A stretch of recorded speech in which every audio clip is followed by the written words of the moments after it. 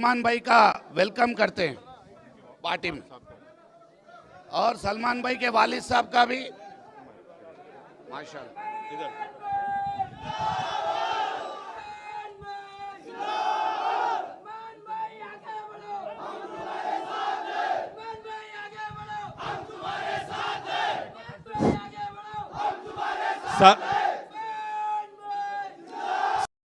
कुछ जाने अनजाने में अगर केसीआर साहब और केटीआर साहब के बारे में अगर मैं कुछ अल्फाज भी इस्तेमाल किया हूं तो मैं माज़ीरत चाहता हूं साहब आपसे।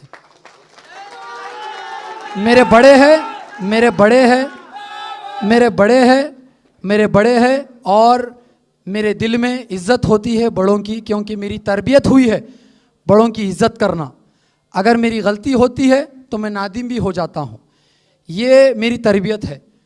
और आप सब जानते हैं मुतालबा किया केटीआर साहब से कि जो ग्रेवयार्ड का था, तो एक सेकंड नहीं लिए केटीआर साहब, एक सेकंड नहीं लिए हाँ बोलने पर, क्योंकि वो बुनियादी हक़ है जो हमको मिलना भी ज़रूरी है, और इंशाअल्लाह वो मिलकर रहेगा।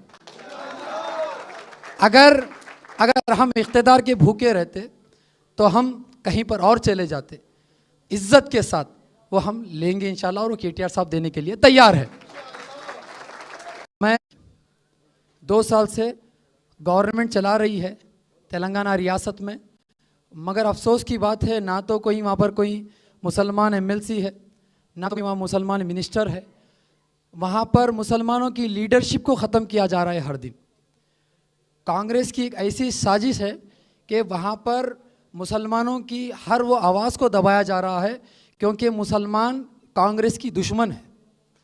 मैं इसीलिए कहा था कि जुबली हिल्स में अगर हम सबको निकालना है तो कांग्रेस का जनाजा निकालना है।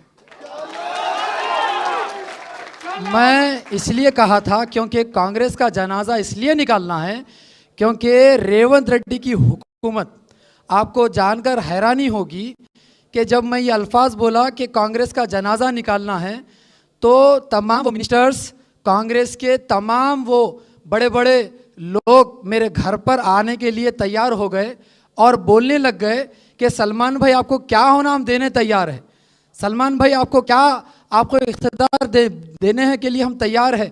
मगर मैं क्या बोला कि 21 तारीख से पहले अगर तुम खबरस्तान दे देते तो हम तुम्हारे पास चलकर आ जाते थे।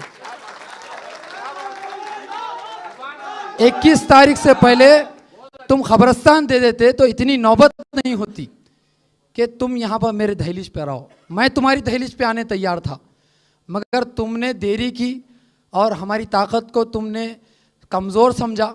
आज मैं एक ऐसी ताकत के साथ हूँ जो सेकुलरिज्म को ज़िंदा रखती है।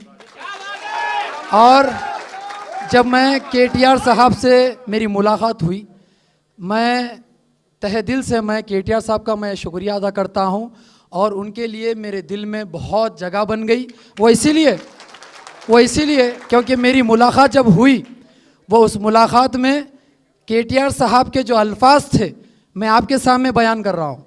उन्होंने कहा कि सलमान भाई, मुझे एक चीज़ का डर है, मुझे एक चीज़ का डर ये है कि हिंदुस्तान में जो हालात बनते आ रहे हैं वो हालात खुदा ना खास्ता हमारे तेलंगाना में क्यों होना हो जाए।